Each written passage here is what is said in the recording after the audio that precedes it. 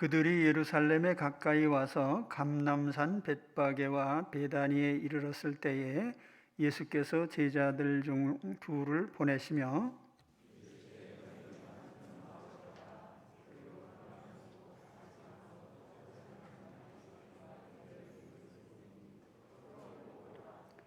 만일 누가 너희에게 왜 이렇게 하느냐 묻거든 주가 쓰시겠다 하라. 그리하면 즉시 이리로 보내리라 하시니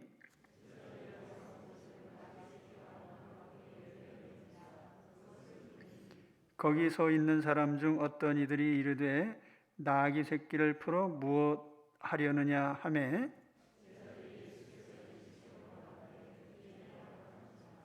아멘. 주가 쓰시겠다라는 제목으로 말씀을 나누겠습니다. 이제 주님의 생애 십자가에서 죽으시기 직전 마지막 한 주간의 일정이 이제 시작이 되는데요. 우선 예수님의 마지막 한 주간의 동선이 오늘 언급되고 있습니다. 1절 상반절에 보시면은 그들이 예루살렘에 가까이 와서 감람산 벳바게와 베다니에 이르렀을 때에 여기 네 지명이 나오죠. 예루살렘, 감람산, 벳바게, 베다니. 이 지역이 주님이 마지막 한 주간을 보내신 지역입니다. 예루살렘에 대해서는 설명할 필요가 없고요. 이 감람산은 예루살렘에서 동북쪽으로 바라보이는 민둥산 군웅입니다. 예루살렘에서 보면 그저 평평한 언덕인데 그러나 해발 고도는 814m에 이릅니다. 예루살렘이 워낙 높은 곳에 있기 때문에 이 감람산도 그다지 높아 보이진 않아요. 예루살렘과 감람산 사이에 기드론 골짜기가 있습니다. 이 감람산은 구약 성경에는 다윗이 압살롬의 반역을 피해서 피난할 때 넘었던 그런 산으로 언급되고 있어요. 다윗이 메시아의 그림자라고 하는데 다윗이 순환을 당했던 그 경로가 예수님의 경로와 오버랩이 되면서 상당히 의미 있게 보입니다. 주님의 마지막 한 주간 감람산에서 많은 시간을 보내셨어요. 누가복음에 보면은 주님은 고난 주간 동안 낮에는 예루살렘 성내로 들어가서 일을 하시고 밤에는 감람산에서 지내셨다고 합니다. 주님은 감람산 겟세마네에서 기도를 하시다가 체포당하셨고요. 또 이 감람산에서 제자들에게 종말론을 가르치신 것으로 알려져 있습니다. 이 마가복음 10장, 13장의 내용이죠. 또 부활하신 후에는 제자들과 만나시고 또 500여 성도들이 지켜보는 가운데 승천하신 것도 감람산입니다. 이 벳바게와 베단이라는 지명이 나오는데 이 두 마을 역시 감람산 기슭에 있는 마을이에요. 감람산에서 보면은 동쪽 편에 있는 마을들인데 두 마을은 대략 1.5km 정도 떨어져 있고 이 벳바게라고 하는 것은 오늘 우리 예수님 타신 나귀 주인이 거처하던 그런 곳이죠. 벳바게는 익지 않은 종려의 곳이란 뜻인데 아마 종려나무들이 많이 있었던 것 같습니다. 베단이라는 마을은 예루살렘 동쪽으로 15스타디온이라고 하는데 약 3km 정도 거리에 있습니다. 여기에는 마르다, 마리아, 나사로 남매들이 살고 있었고 또 나병 환자 시몬의 집이 있었습니다. 근데 주님께서 마지막 한 주간에 얼마나 그 소중한 시간이에요. 그런데 그 시간들을 이런 곳에서 보내셨다는 것이 상당히 상징적인 의미가 있습니다. 주님은 바로 그런 사람들을 구원하러 오셨기 때문이죠. 마지막 한 주간을 보내시기 위해 주님이 첫 번째로 준비하신 것은 나귀 한 마리예요. 두 제자를 보내시면서 나귀를 가져오라고 합니다. 자, 1절 하반절에서 2절 상반절까지 보시면 예수께서 제자 중 둘을 보내시며 이르시되 너희는 맞은편 마을로 가라. 벳박이죠. 그리고 제자들에게 주어진 임무는 나귀 한 마리를 끌고 오는 겁니다. 2절 하반절에 보면 그리로 들어가면 곧 아직 아무도 타보지 않은 나귀 새끼가 매여 있는 것을 보리니 풀어 끌고 오라. 이 아무도 타보지 않은 나귀 새끼는 제의적인 의미로는 신성한 물건이에요. 그래서 여기 나귀 새끼라고 이렇게 표현되어 있는데 그 헬라어 성경에 폴로스라고 되어 있습니다. 이 단어가 사실 히브리어로는 상당히 여러 종류의 짐승을 가리키는 말입니다. 코끼리나 낙타나 당나귀나 말이나 말새끼나 뭐 가젤이나 여러 가지를 의미할 수 있는데 성경에서는 통상 나귀로 번역이 되죠. 근데 메시아가 나귀를 타신 것은 구약 성경에 예언되어 있습니다. 그렇기 때문에 예수님이 나귀를 타신 것 자체가 예수님이 메시아라는 하나의 예언 성취인 동시에 증거죠.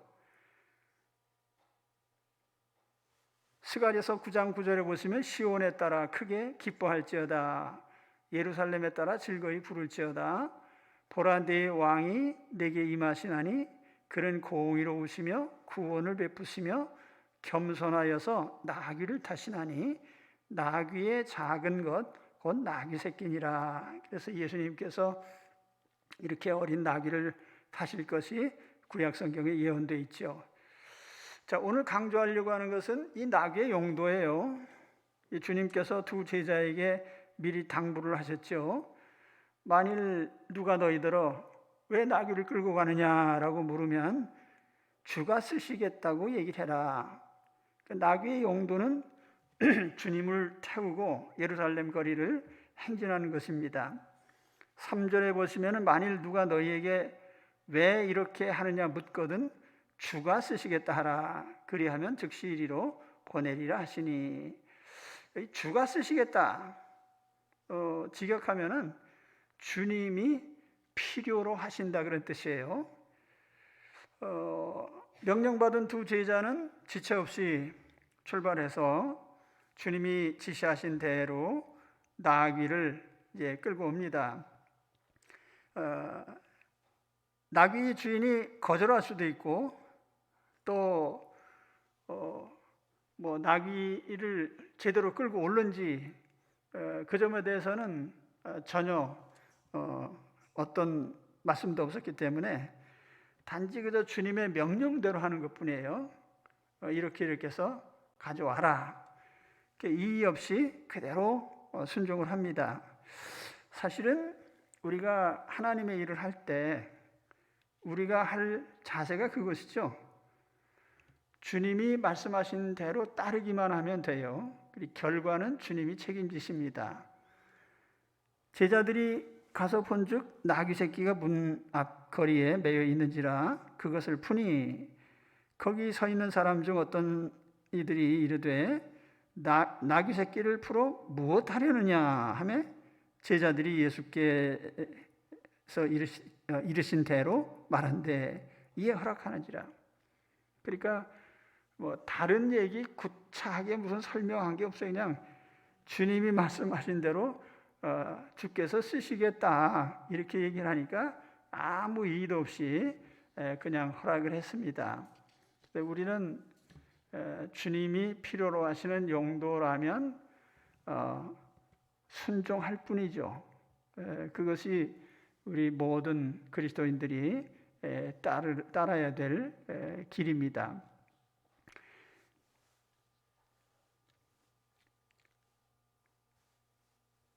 자, 그런데 오늘 제가 특별히 강조하고 싶은 것은 이 피조물의 용도입니다.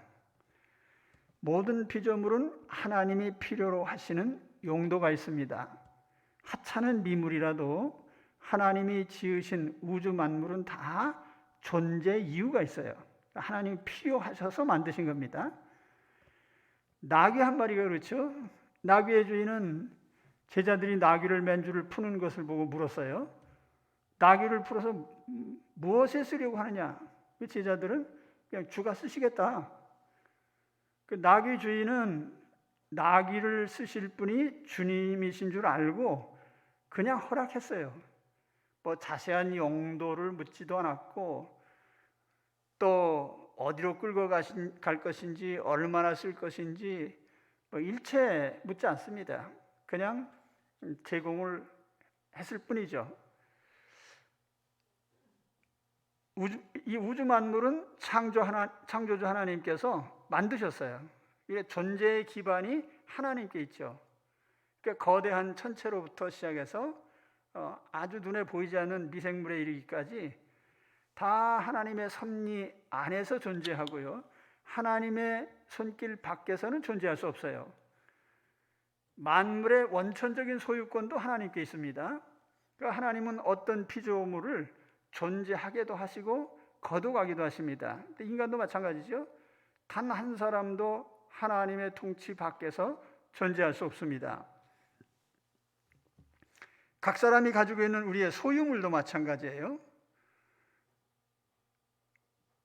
국가에서는 개인의 소유권을 보호를 하기 위해서 재산이라든지 뭐 지적 재산권이라든지 유형 무형의 소유권을 인정을 합니다. 그러나 그것은 절대적인 소유는 아니에요. 또 하나님이 가져가시면은 그냥 다 내놓을 수밖에 없습니다. 뭐 그것이 재산이 됐든 뭐 건강이 됐든 무형의 재능이 됐든 우리 생명까지도 마찬가지죠. 우리가 죽을 때 보면은 우리가 가지고 있는 그 어떤 것도 우리가 취할 수 없어요. 그냥 놔두고 가는 거죠. 우리가 가진 뭐 부동산이 얼마가 됐든 은행에 돈이 얼마나 많이 있든지 이거 뭐 아무 소용도 없어요. 그냥 하나님이 가져가시면 끝입니다. 그러니까 모든 존재는 필연적으로 하나님이 지으시고 하나님께 귀속이 되고 또 하나님이 소유권을 갖고 계신 거예요. 그리고 그 모든 것은 하나님 손에 있습니다. 우리 인간 사회도 마찬가지예요. 뭐 사회 계약론이요? 인간이 계약하면 뭐 다 그대로 되는 줄 아십니까?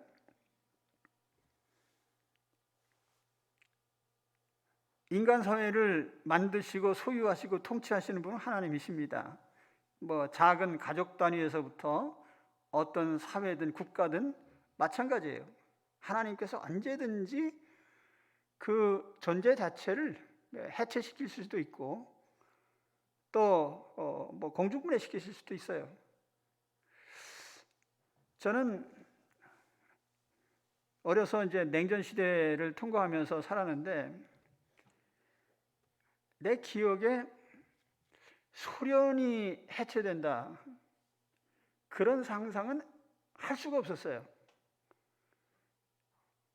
냉전 시대에 서방과 공산주의 진영과 자유주의 진영이 서로 대립을 하는데 그 막강한 소련을 누가 감히 손을 댑니까? 거기에 이제 동유럽의 공산권 위성국가들 철회장막이라고 했잖아요. 아무도 손댈 수 없는. 그 어느 날 갑자기 그 소련이 무너졌어요. 나라가 여러 개로 쪼개지고 동유럽이 완전히 다 자유화되고 그러면 유고 연방이 해체되고 이런 결과가 나올 것에 대해서 우리는 전혀 예상도 할 수 없었어요. 근데 그렇게 됐거든요. 지금 우리가 세계 지도를 놓고 보면 현재 존재하는 나라들의 영토나 국경선이 100년, 200년 전에도 똑같았느냐? 거의 그렇지 않아요. 뭐 요즘에도 보면은 일본 사람들 뭐 독도가 자기네 땅이라고 우기고 그 우겨봤자 소용없어요. 역사적으로 보면은 국경선이요 수없이 변해요. 하나님께서 나라를 공중분해시키실 수도 있어요.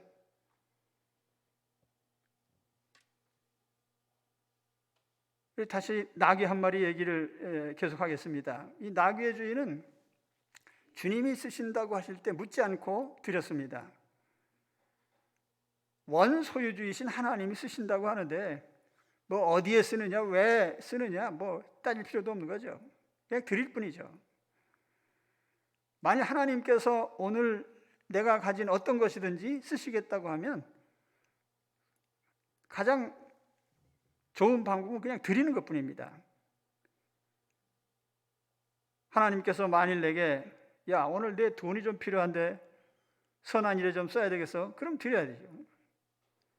오늘은 내 육체 노동이 좀 필요하다, 내 몸을 좀 제공해 주라, 그러면 드릴 수밖에 없는 거예요.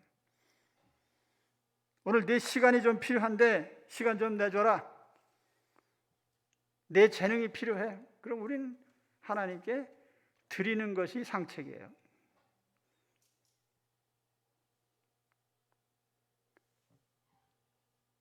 하나님께서 필요로 하실 때 드리는 것, 하나님 쓰시겠다고 하면 쓰세요라고 하는 것, 그것이 우리 인간의 용도이고 또 우리가 가진 모든 것의 용도예요.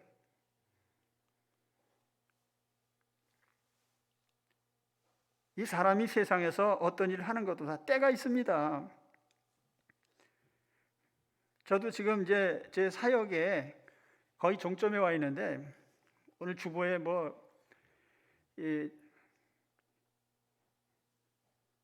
이제 마지막 단계에 결의하고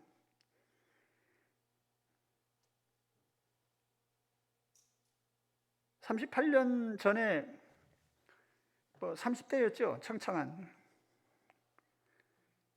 근데 개척교회 할 때는 주일날, 주일 저녁 수요 예배, 새벽기도, 성경 공부, 대신방 혼자 다 열심히 뛰어다녔어요. 어떤 날은 하루에 10가정 신방도 하고 병원 신방, 임종 예배, 결혼식, 장례식, 회감역, 칠순잔치, 돌잔치 다 돌아다녔어요. 근데 요즘은 세월이 변해서 그런지 오라는 사람도 별로 없어요. 근데 오라고 해도 다 가지도 못해요. 요즘 코로나 때문에 강제로 쉬고 있는데 솔직히 참 편합니다. 끌려다니지 않으니까. 이런저런 필요로 하고 대면하는 일이 얼마나 많아요.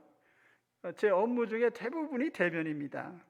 사람 만나는 일인데 만나지 말라고 하니까 이거 할 수가 있나요? 헌신해도 때가 있어요. 하나님이 내 인생에 어느 시기에 내가 내 인생을 좀 써야 되겠다. 제가 20대 부름을 받았는데 그래요. 하나님, 내가 주님을 믿고 내 인생이 새롭게 시작됐는데 하나님 필요하신데 쓰세요라고 고백했습니다.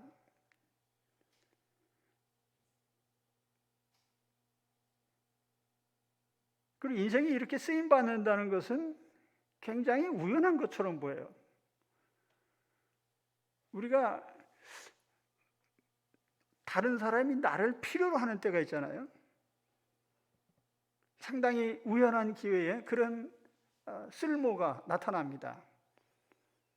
내가 쓸모가 있는 손주들을 키우다 보니까 애들이 막 걸음마 배우고 말 배우고 뛰어다니고 그럴 때 할아버지 하면서 아주 할아버지 좋아해요. 선물 사주면 그냥 뛸시 좋아하고. 그것도 1, 2년 상관이에요. 그거 지나가니까 사달라 소리도 안 하고 할아버지 순위는 저 뒤로 밀렸어요 지금. 제 친구들이 더 좋고. 그러니까 그것도 딱 때가 있는 거예요. 나를 필요로 하는 때. 그때에 나를 써먹어야지. 그때 안 쓰면 또 소용도 없어요. 그래서 우리 아이들 기르는 부모님들, 아이들과 시간 보내는 문제에 대해서 항상 저는 그렇게 생각해요. 아이들이 필요로 할 때 같이 쓰세요. 필요로 할 때 같이 놀아주지 못하고 아이들하고 같이 시간 보내지 않으면 그 후에는 필요가 없어져요. 우리 손에 있는 재물도 시간도 다 마찬가지죠. 여러분 보세요. 어디를 가서 보든지 벌써 나이 70 정도 되면 젊은 사람들이 그렇게 가까이 하지 않아요. 뭐 솔직히 얘기하지 뭐.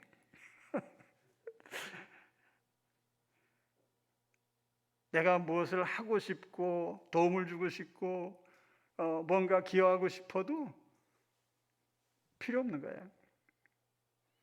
그래서 사실 우리의 가진 바 모든 것은 쓰임새가 어느 순간 필요성이 나타날 때가 있고 그때 내가 쓰지 않으면 소용없다는 거죠.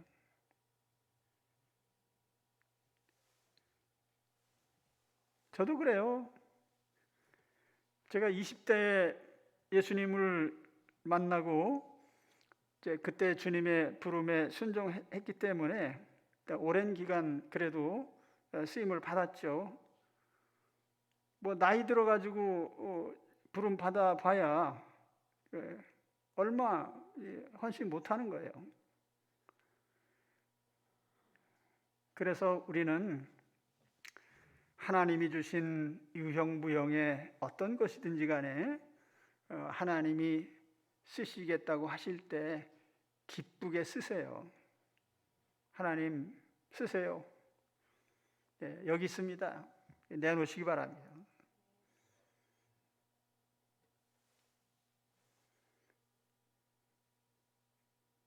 그리고 마지막으로 말씀드리고 싶은 거는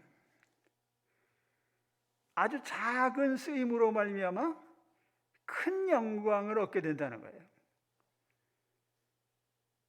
자, 나귀 한 마리를 주님께 잠시 드리는 것은 아주 작은 봉사에 불과해요. 그런데 그 영광은 엄청나게 큽니다. 저는 이 말씀을 묵상하면서 나귀 생각도 해보고 나귀 주인 생각도 해봤어요. 자, 이 당나귀를 생각해 보세요. 당나귀가 하는 일이 뭐예요? 매일 하찮은 물건 싣고 다니는 거예요, 장등에. 그러니까 죽도록 싣고 다녀도 주인한테 칭찬 한번 못 들어요.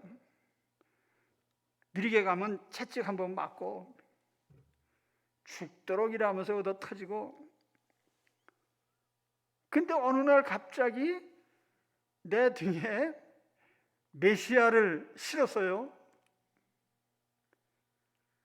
그리고 지나가니까 많은 사람들이 박수치며 찬송하고 환호하면서 그럽니다. 아마 이 나귀 생애 중에 이런 기회는 처음일 거예요. 이런 경험은. 만일 나귀의 명예전당이 있다면 이 나귀는 첫 번째로 올랐을 거예요. 왜냐하면 메시아를 태운 나귀니까. 우리가 성경 읽을 때마다 이 나귀 얘기하잖아요. 영광스러운 결과를 얻어서 메시아를 잠깐 태운 그것 때문에 최고의 영광이죠.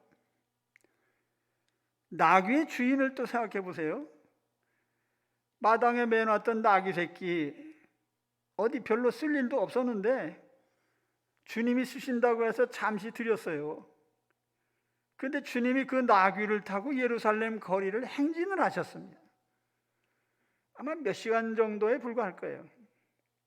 그런데 메시아가 이 나귀를 타고 행진을 하셨기 때문에 너무너무 영광스러운 일이죠.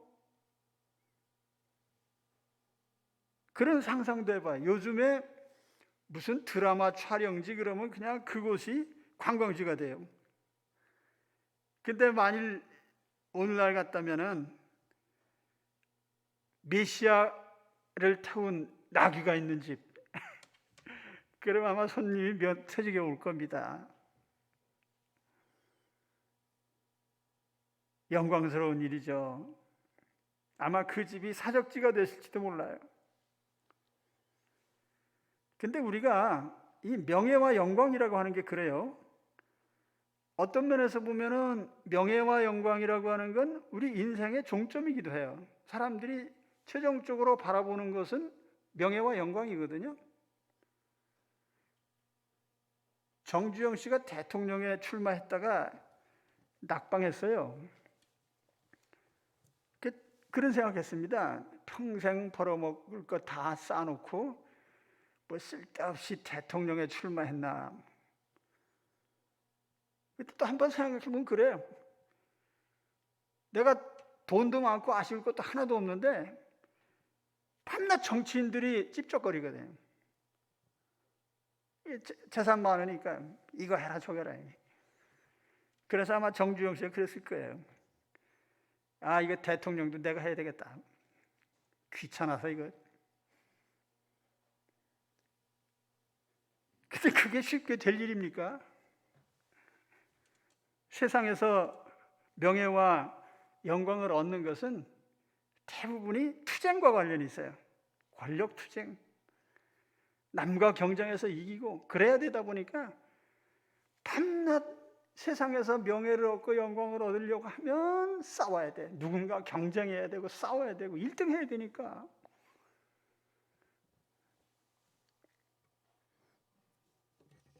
그러나 이렇게 억지로 얻은 명예와 영광은 졸지에 사라집니다.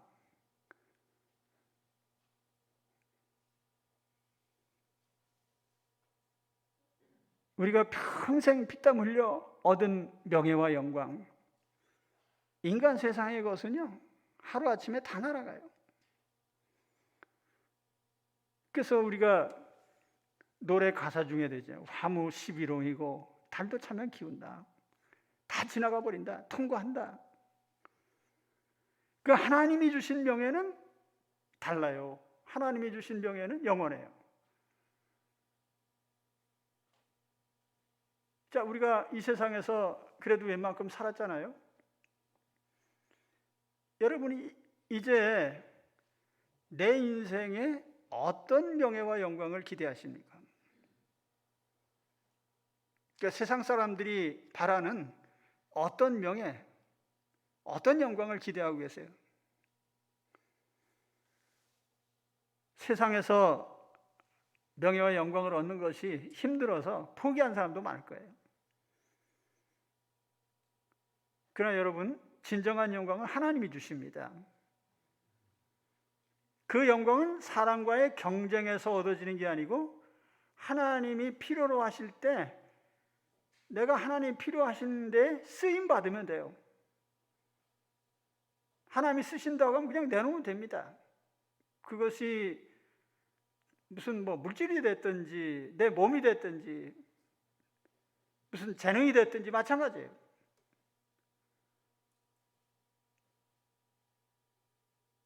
여기 나귀처럼 주님이 잠깐 쓰실 수도 있어요.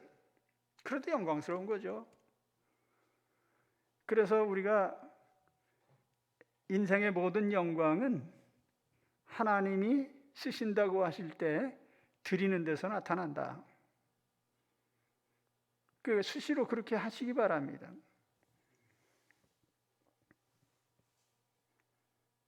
하나님이 내게 언제 요구하시든지 기꺼이 드릴 수 있는 마음의 준비를 하십시오. 주님께서 내가 내 것을 좀 써야 되겠어 라고 말씀하시면 지체 없이 드리세요. 제가 청년기에 부름받았어요. 구원의 감격이 참 컸습니다. 그러나 가진 건 별로 없고. 근데 그때 그 예배 참석하면은 헌금 바구니를 돌렸습니다. 거기에 동전을 넣는 사람도 있고 지폐를 넣는 사람도 있고. 늘 저는 마음속에서 늘 그런 생각했어요. 내가 여기 넣어드릴 건 많지 않은데 마음으로는 여기다 내 자신을 담아서 그냥 드리겠습니다. 알아서 써주세요. 근데 하나님께서 아무튼 젊은 시기에 저를 부르셔서 쓰셨는데 지금 생각해 보면은 뭐 제대로 한 게 하나도 없어요. 근데 딱 하나, 내가 너를 써야 되겠다 할 때 쓰세요라고 한 거, 그거 한 가지. 예. 근데 그게 참 제가 볼 때는 하나님께서도 기뻐하시고 제게도 그 가장 큰 은혜로 다가오는 겁니다. 어제 목회를 하면서 영광, 명예가 뭐겠습니까? 좋은 성도님들 만나고 좋은 장로님들 만나고 우리 좋은 일꾼들 만나서요. 근데 감사한 거는 그 새파랗게 젊은 사람 믿고 의지하면서 삶을 나누고자 헌신하신 분들이 지금까지 헌신해 주시고, 그래서 지금 제 이후에 은퇴 이후에 어떤 대접을 받든 저는 아무 상관없어요. 제일 중요한 거는 지금까지 하나님이 엄청나게 과분한 영광을 주신 거죠. 명예도 주시고 영광도 주시고 기쁨으로 일하게 하시고. 그래서 제가 아마 은퇴하는 날 여기 엎드려서 여러분께 절 한번 하려고 해요. 고맙다고. 근데 참 감사한 건 뭐냐면 제가 가끔 말씀드릴 때 요나 같은 사역자라고 하는데 사실 늘 좋아서 하는 건 아니거든요. 싫어도 하고. 근데 하나님께서 어쨌든 결과는 다 좋게 만들어 주시는 거예요. 예. 근데 거기 하나의 조건 뭐죠? 하나님이 하라고 하시면 싫어도 하고, 쓰겠다고 하면 내가 싫어도 쓰세요라고 하는 거예요. 그게 모든 삶을 100% 명예와 영광으로 바꾸는 것이죠. 그래서 사람들이 사실 이런 간단한 원리를 잘 몰라요. 근데 오늘 여러분 이 나귀를 한번 생각해 보시기 바랍니다. 따라합시다. 예수님이 타셨던 나귀. 예, 내 자신을 그렇게 생각하세요. 그래서 주님이 쓰시겠다 그러면 네 그러고 드리면 돼요. 그러면 엄청난 결과도 나타나고 영광도 나타나고 명예도 나타나고 결실이 생겨나요. 이게 이제 우리가 성경적인 말로 하면 헌신이라고 합니다. 헌신. 하나님께 내 자신을 드리는 것. 내 마음대로 아무 때나 드리는 게 아니라 하나님이 필요로 하실 때. 그래서 영광스러운 헌신자들이 되시기를 우리 주의 이름으로 축원합니다. 기도하겠습니다.